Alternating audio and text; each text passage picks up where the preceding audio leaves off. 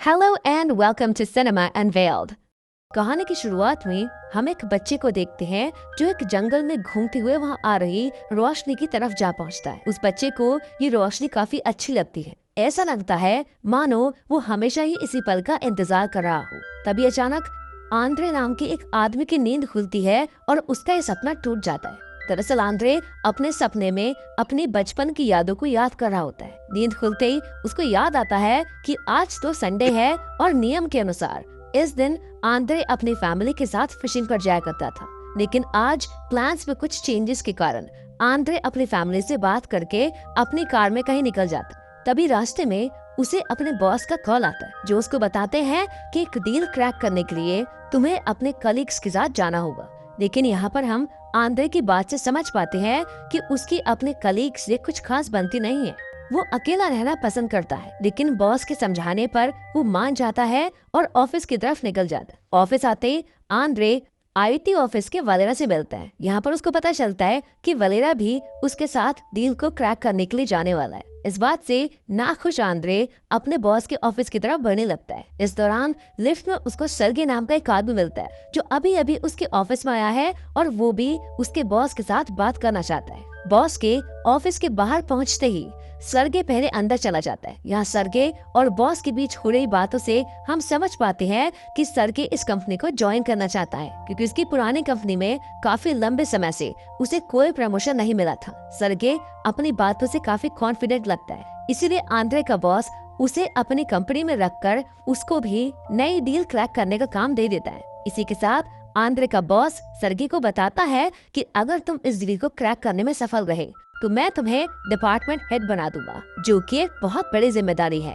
अब इस कंपनी में हर कोई डिपार्टमेंट हेड बनना चाहता है, जिसमें आंद्रे और वलेरा भी शामिल है। कहीं ना कहीं आंद्रे भी इस डील को अकेला ही क्रैक करना चाहता था ताकि जब वो लौट कर आए तो उसको डिपार्टमेंट हेड बना दिया जाए। सर्गे के बाहर आते ही वलेरा अंदर जाकर अपने बॉस से सेम बात करने लगता है, लेकिन बॉस उसको ये बताते हुए मना कर देते हैं कि काफी लंबे समय से अकेले रहने के कारण तुम्हारे पास नेगोशिएशन स्किल नहीं है। लेकिन अगर फिर भी तुमने डील क्रैक कर ली तो मैं तुम्हें डिपार्टमेंट हेड बनाने की सोच सकता हूँ। वलेरा के बाद आंद्रे अपने बॉस के पास जाता है, जहाँ उसका बॉस उसको भी वही सेम ऑफर देता है जो उसने सर्गे को दिया था कि अगर तुमने अच्छा परफॉर्म किया तो मैं तुम्हें डिपार्टमेंट हेड बना दूंगा। लेकिन आंद्रे की प्रॉब्लम अभी और बढ़ने वाली थी क्योंकि डील को क्रैक करने के लिए एब्रोस्किन भी उसके साथ जाने वाला है। यानी एक पोजीशन के लिए अब 4 कंटेस्टेंट्स हैं। आंद्रे ज्यादा बहस नहीं करता है और सीधा डील वाली लोकेशन की तरफ जाने लगता है। अपने चाइनीज पार्टनर को पिक करने के बाद वो एक बार में जा पहुंचता है, जहाँ कुछ ही देर में सर्गे, एब्रोस्किन और वलेरा भी अपने पार्टनर के साथ आकर उसको ज्वाइन करते। थोड़ी बहुत बातचीत और दारू पीने के बाद ये डील सक्सेसफुली क्लोज हो जाती है। सभी अपने चाइनीज काउंटरपार्ट से डील पर साइन ले लेते हैं। आंद्रे ये बात कॉल करके अपने बॉस को बता देता है। साथ ही में रात ज्यादा होने की वजह से वो लोग डिसाइड करते हैं कि अभी हम सभी लोग अपने अपने घर निकल जाते हैं और सुबह अपनी अपनी ये फाइल्स बॉस के मुंह पर दे मारेंगे। आंद्रे ने इन सब से कम दारू पी होती है, इसलिए वो फैसला करता है कि सबको अपने अपने घर छोड़ने के बाद मैं भी अपने घर निकल जाऊंगा। एब्रोस्किन ने तो इतनी पी रखी होती है कि कार में घुसते ही वो वलेरा के कंधे पर सर रखकर ही सो जाता है। सभी को अपनी कार में लेकर आंद्रे घर की तरफ निकल जाता है, मगर तभी एक ब्रिज पर पहुंचते ही उसकी कार अचानक से बंद हो जाती है। ये देखकर सर्गे उसके ऊपर चिल्लाने लगता है। वो बोलता है कि तुम्हें निकलने से पहले फ्यूल टैंक को चेक करना चाहिए था, लेकिन आंद्रे इस बात का कोई जवाब नहीं देता है क्योंकि वो तो बस उन सबकी मदद कर रहा था। यहाँ सबसे अजीब बात तो ये थी कि किसी के भी सेल फोन में नेटवर्क नहीं आ रहे होते, यानी कि आप कहीं से मदद भी नहीं मंगवा सकते थे। इसीलिए ये तीनों मिलकर पास के गैस स्टेशन से फ्यूल लाने का तय करते हैं। लेकिन फ्यूल स्टेशन पर पहुंचकर वहाँ के अटेंडर से इनको पता चलता है कि बिना गाड़ी के वो इनको पेट्रोल नहीं देगा। इसीलिए ये लोग पास के एक दुकान से बोतल लाने का फैसला करते हैं ताकि उसने फ्यूल लेकर अपनी कार को स्टार्ट करके यहाँ तक ले आए। दुकान की तरफ जाते हुए आसपास के लोग इनको काफी घूर कर देख रहे होते हैं। ऐसा लग रहा होता है कि जैसे ये लोग किसी दूसरे ग्रह से आए हों। अब ये लोग इनको ऐसे क्यों देख रहे थे ये हमको आगे जानने को मिल जाएगा। वही दूसरी ओर एब्रोस्किन, जो अभी भी गाड़ी में सो रहा होता है, उसकी आंखें खुलती है और वो गलती से गाड़ी का हैंड ब्रेक खींच देता है, जिस वजह से गाड़ी लुढ़कती हुई सड़क के बीच में जा पहुंचती है। जबकि एंड्रू, सर्गी और वलेरा एक दुकान पर पहुंचकर बोतल खरीदने की कोशिश करते हैं, लेकिन यहाँ उनमें से किसी का भी कार्ड काम नहीं करता है और जल्दबाजी में ये लोग अपना सारा कैश कार में ही भूल गए थे। तभी उनमें से एक को पास में मौजूद एटीएम याद आता है। तीनों मिलकर एटीएम से पैसे निकालने की कोशिश करते हैं, लेकिन यहाँ भी उनमें से किसी का कार्ड काम नहीं करता है। ये सब देख एंड्रू काफी परेशान हो जाता है, क्योंकि उसने अपनी वाइफ से वादा किया था कि वो रात तक वापस लौट आएगा। तभी सरगे उसको ये सब भूलकर सामने मौजूद प्रॉब्लम पर ध्यान देने को कहता है। यहाँ से तीनों मिलकर दुकान से बोतल चुराने का प्लान बनाते हैं, जिसके मुताबिक सरगे कैशियर का ध्यान भटकाएगा, वहीं एंड्रू और वलेरा मिलकर पानी की बोतल को चुरा लेंगे। होता भी ऐसा ही है।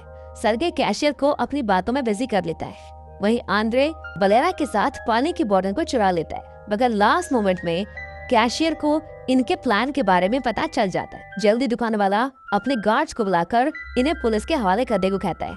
मगर तभी अचानक आंद्रे की नजर वहां मौजूद एक्सपायर्ड फूड पैकेट्स पे पड़ती है। पैकेट्स को देखकर आंद्रे अपना तेज दिमाग लगाकर कैशियर से कहता है कि अगर तुमने पुलिस को बुलाया तो हम तुम्हारी शिकायत कर देंगे कि तुम अपनी दुकान में एक्सपायर्ड सामान बेचते हो। ये सुनकर दुकान वाला उनको छोड़ देता है। दुकान से निकलकर ये तीनों दोस्त काफी मस्ती करते हुए अपनी हरकतों पर हंसने लगते हैं। तभी हमको एक फ्लैशबैक में दिखाया जाता है कि ये तीनों बचपन से ऐसे ही हैं, हमेशा से साथ रहते हैं। जल्दी वो लोग पेट्रोल पंप पर पहुंचकर अटेंडर से बोतलें पेट्रोल मांगते हैं, लेकिन यहाँ भी उनका कार्ड काम नहीं करता है। इसीलिए वो लोग अटेंडर से उन्हें फ्री में पेट्रोल देने के लिए रिक्वेस्ट करते हैं। बदले में वो उसका कोई भी काम करने को राजी हो जाते, इसीलिए अटेंडर उन्हें डेकोरेशन का काम दे देता है। दरअसल जल्द यहाँ पर एक बहुत बड़ा फेस्टिवल होने वाला है और सब लोग उसकी तैयारियों में लगे हुए हैं। इन सब बात से सरगे काफी फ्रस्ट्रेट हो रहा होता है, लेकिन तभी आंद्रे और वलेरा उसको बताते हैं कि हो सकता है कि हमारा बॉस हमारा टेस्ट ले रहा हो, क्योंकि हम तीनों में से वो किसी एक को डिपार्टमेंट हेड बना सकता है। जल्द ही अपना काम खत्म करके सभी लोग एक बोतल में पेट्रोल लेकर अपनी कार के पास जा पहुंचते हैं, लेकिन यहाँ का नजारा देखकर उनके होश ही उड़ जाते हैं, क्योंकि यहाँ उनकी गाड़ी पूरी तरह से तहस नहस हो चुकी थी। साथ ही एब्रोस्किन भी यहाँ से गायब हो चुका था। ये सब देखकर तीनों आपस में बहस करने लगते हैं, मगर थोड़ी देर के बाद ये तीनों लोग मिलकर बस से अपने घर जाने का फैसला करते हैं। तीनों लोग पास ही के एक बस स्टॉप पर जाकर एक बस में बैठे लगते हैं। आंद्रे तो बस में चढ़ जाता है, लेकिन सरगे और वलेरा नीचे ही रह जाते हैं, क्योंकि आंद्रे के चढ़ते ही ड्राइवर बस को तेजी से भगाने लगता है। आंद्रे को कुछ भी समझ में नहीं आता है कि चल क्या रहा है। वहीं दूसरी ओर बस स्टैंड पर वलेरा सरगे को अपनी सैड लव लाइफ के बारे में बताता है, जिसको सुनकर सरगे उसको हौसला रखने के लिए बोलता है और उसको समझाता है कि जल्द ही सब कुछ ठीक हो जाएगा। वो दोनों आपस में बात कर ही रहे होते हैं कि तभी एक और बस आ जाती है, जिसमें वो दोनों बैठ जाते हैं। वहीं आंद्रे अगले बस स्टॉप पर उतर जाता है ताकि उसके दोस्त जल्द से जल्द उसके पास तक पहुंच जाए। सेम यही सोचकर सरगे और वलेरा भी बस के बाहर झांक रहे होते हैं, मगर जब उनकी बस ठीक उसी स्टेशन पर पहुंचती है जहां पर आंद्रे उनका इंतजार कर रहा होता है, तो वो लोग आंद्रे को उनके सामने होते हुए भी नहीं देख पाता है। हालांकि आंद्रे उनको देखकर आवाज भी लगाता है, लेकिन इन लोगों को कुछ पता ही नहीं चलता है। इसीलिए आंद्रे पुलिस की मदद लेने का फैसला करता है ताकि वो जल्द से जल्द अपने सभी दोस्तों को खोज पाए। इसके कुछ समय बाद हम आंद्रे को इस टाउन के पुलिस स्टेशन में देखते हैं। यहाँ आंद्रे जब पुलिस वालों से मदद मांगने की कोशिश करता है, तब कोई भी पुलिस वाला उसकी मदद नहीं करता है। सब लोग उसको बस इग्नोर कर रहे होते हैं। मगर तभी एक पुलिस वाला आकर आंद्रे को अपने साथ अपने केबिन में ले जाता है, जहाँ पर हम देखते हैं कि इस केबिन में कई सारे म्यूजिकल इंस्ट्रूमेंट्स रखे हुए हैं और उन्हीं इंस्ट्रूमेंट्स को बजाते बजाते आंद्रे एक पार्क में जा पहुँचता है, जहाँ फेस्टिवल की तैयारियां चल रही होती है। अब ये सब क्या हो रहा है हमको जल्द ही पता चल जाएगा। खैर वहीं दूसरी ओर हम सरगे और वलेरा को एक नाइट क्लब में देखते हैं, जहाँ वलेरा को स्टेज पर डांस कर रही एक लड़की पसंद आ जाती है।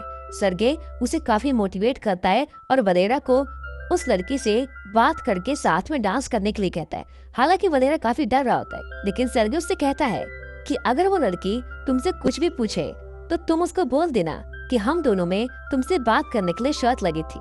वलेरा अपनी सारी हिम्मत इकट्ठी करके बड़े कॉन्फिडेंटली उस लड़की से डांस के लिए पूछ लेता है। इन दोनों को साथ देखकर सरगे काफी खुश होता है, मगर तभी उसको अपने पुराने लव लाइफ याद आ जाती है, जिससे दुखी होकर सरगे सिगरेट पीने के लिए बार से बाहर आ जाता है। मगर तभी उसको याद आता है कि उसके पास तो लाइटर ही नहीं है, इसीलिए वो एक लोकल आदमी से मदद मांगता है। और तभी अचानक हम एक कार में बैठे कुछ लोगों को हवा में फायर करके बड़ी तेजी से वहाँ से निकलते हुए देखते। ये देखकर सरगे उस लोकल बंदे से इसका रीजन पूछता है, जिस पर वो बताता है कि हो सकता है कि पास ही में कहीं पर वेडिंग फंक्शन हो रहा हो और ये लोग वहीं से आए हों। जल्दी वो आदमी बिना लाइटर दिए वहाँ से चला जाता है। सरगे को कुछ समझ नहीं आता कि अब वो क्या करे। तभी एलिसा नाम की एक लड़की बारबी से बाहर आती है और ये वही लड़की है जिससे वलेरा बात करने गया था। एलिसा सरगे को देखकर उसके साथ फ्लर्ट करने लगती है, मगर इस बात से सरगे काफी गुस्सा हो जाता है और उससे कहता है कि हर लड़की ऐसा क्यों करती है, कि वो जानबूझकर अच्छे लड़कों को धोखा देती है और हमेशा प्रिंस चार्मिंग की तलाश में लगी रहती है। तभी अचानक सरगे को पार्क में से ट्रम्पेट की आवाज आती है। वहाँ पहुँचते ही सरगे को आंद्रे मिल जाता है। आंद्रे अब तक की सारी घटना सरगे को बता देता है, मगर यहाँ पर हम आंद्रे के बिहेवियर में कुछ चेंजेस देखते, जैसे कि वो यहाँ के लोकल लोगों के साथ डांस करने लगता है और जब सरगे उसे अपने साथ चले को कहता है तो वो बार बार बस एक ही बात बोलता है कि मुझको अब कहीं नहीं जाना, मुझको बस यहीं रहना है। जैसे तैसे सरगे उसको होश मिलाता है और उसको अपने साथ क्लब में ले जाता है। क्लब में आंद्रे वलेरा से मिलता है। वलेरा काफी दुखी होता है क्योंकि एलिसा उसको छोड़कर दूसरे लोगों के साथ बैठी हुई थी और वो लोग उससे काफी उल्टी सीधी बातें कर रहे थे। सरगे भी उसको समझाता है कि एलिसा तुम्हारी गर्लफ्रेंड नहीं है, इसीलिए तुम्हें उसकी लाइफ के बीच में नहीं पड़ना चाहिए। मगर तभी आंद्रे वलेरा के पास आकर उसको मोटिवेट करने लगता है। वो उसे कहता है कि अगर तुमको अपने सच्चे प्यार को पाना है तो तुम्हें उसके लिए लड़ना होगा।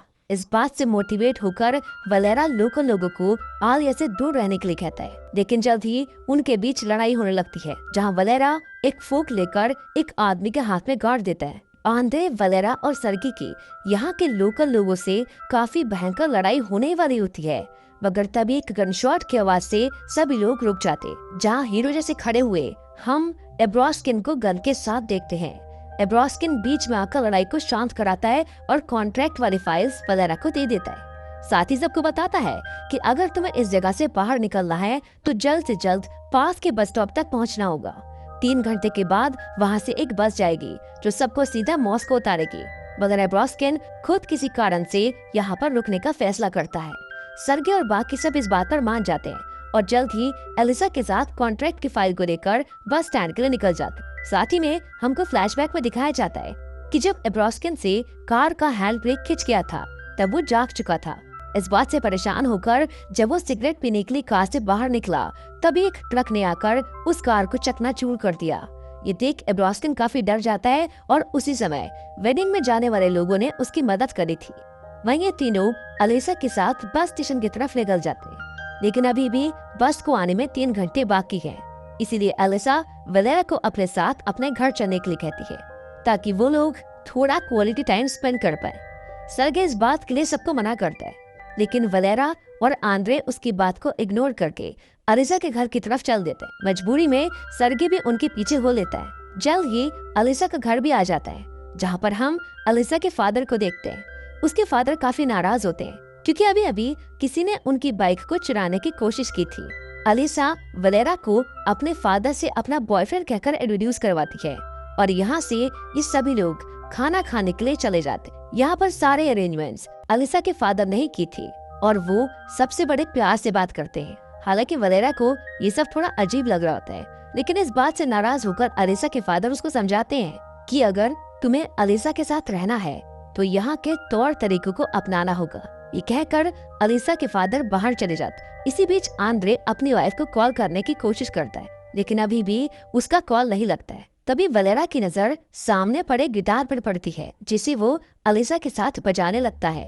वलेरा मन ही मन ये फैसला कर लेता है कि अब वो एलिसा के साथ हमेशा के लिए यहीं इस गांव में रहेगा।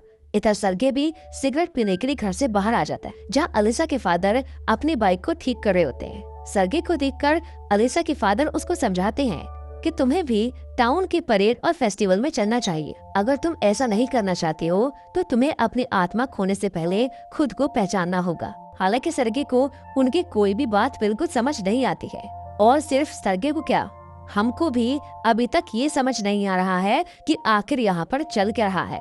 मगर थोड़ा सा इंतजार और करिए, क्योंकि सारी सच्चाई बहुत जल्द आपके सामने होगी। सर्गे जल्द से जल्द आंद्रे के साथ बस स्टेशन के लिए निकल जाता है। यहाँ निकलने से पहले अलिसा के फादर एक बार फिर से सर्गे को समझाते हैं कि तुम्हें अपनी जॉब के बारे में सोचना छोड़ देना चाहिए, क्योंकि अगर तुम अपने जिद पर अड़े रहोगे तो तुम्हारे आसपास वालों को काफी परेशानी होगी। जल्द ही वो दोनों बस स्टैंड पर पहुंच जाते हैं, जहां से एक बस मॉस्को के लिए निकलने ही वाली होती है। लेकिन यहाँ सर्गे और आंद्रे दोनों के पैसे मिलाने के बावजूद भी उनके पास इतने पैसे नहीं थे कि वो दोनों एक साथ मॉस्को जा सके। दोनों लोग सोच में पड़ जाते हैं कि दोनों में से घर कौन वापस जाएगा। तभी अचानक सर्गे को कुछ क्लिक होता है और वो अपने सारे डॉक्यूमेंट्स आंद्रे को देकर उसको बोलता है कि वो मॉस्को जाए और सारे डॉक्यूमेंट्स जमा करके प्रमोशन ले ले। आंद्रे को सर्गे की जिद माननी ही पड़ती है। जल्दी आंद्रे बस में बैठकर मॉस्को पहुंच जाता है। मॉस्को पहुंचकर आंद्रे सीधा अपने बॉस के पास जा ही रहा होता है, मगर ऑफिस में अपने दोस्तों की खाली सीट्स को देखकर उसको काफी बुरा लगता है। इसीलिए आंद्रे अपने बॉस के पास जाकर अपनी नौकरी से रिजाइन कर देता है। और अब जैसे ही आंद्रे रिजाइन करता है, उसकी आंखें एक अस्पताल में खुलती है। तो दोस्तों, यहाँ पर खुलता है इस मूवी का सबसे बड़ा राज। आंद्रे होश में आते अपनी फैमिली को सामने देखता है, जहाँ पर उसकी वाइफ उसको बताती है कि जब तुम लोग डील क्रैक करके घर वापस आ रहे थे, तब बहुत ज्यादा ड्रिंक करने की वजह से तुम्हारी गाड़ी का एक भयंकर एक्सीडेंट हो गया था, जिसमें एब्रोस्किन की तो ऑन द स्पॉट डेथ हो गई थी। उसके कुछ समय बाद वलेरा और उसके बाद सर्गे की भी मौत हो चुकी है। सिर्फ आंद्रे ही इस एक्सीडेंट को सरवाइव कर पाया है। और अब आप लोग भी समझ पा रहे होंगे कि उस टाउन के लोग इतने अजीब क्यों दिख रहे थे। दरअसल वो सब कुछ ऐसी सोल्स थी जिन्होंने अपनी मौत को अपना कर उसी टाउन को अपना नया घर मान लिया था, मगर ये लोग उस जगह पर अभी अभी पहुँचे थे। इसी वजह से दुकान पर एक्सपायर्ड फूड पैकेट्स जले हुए थे। अब आप समझ पा रहे होंगे कि क्यों अलिसा के फादर सर्गे को इतना समझा रहे थे, क्योंकि कहीं ना कहीं उनको पता था कि इस एक्सीडेंट को सरवाइव कर पाना इम्पॉसिबल है। इसीलिए वो इनडायरेक्टली सर्गे को बता रहे थे कि तुम जितना जल्दी इस नई जगह को एक्सेप्ट करोगे, तुम्हारी फैमिली उतना ही कम परेशान हो, क्योंकि जितना ज्यादा वो वापस जाने की जिद करेगा, उतना ही उसकी बॉडी कोमा में फंसी रहेगी। यहाँ दूसरी ओर हम सर्गे को उसी टाउन में वापस आते हुए देखते। सर्गे भी टाउन के बाकी लोगों के साथ फेस्टिवल परेड में शामिल होने के लिए चला जाता है। सर्गे को फेस्टिवल में वापस देखकर अलिसा के फादर काफी खुश होते। परेड में मौजूद सोल्स वो सोल्स हैं जिन्होंने अपनी मौत को एक्सेप्ट कर लिया है, और फेस्टिवल की मदद से वो लोग इस टाउन से आफ्टर लाइफ में जाने वाले, जिसके साथ ये कहानी यहीं पर खत्म हो जाती है। Thanks for watching. Don't forget to like and subscribe.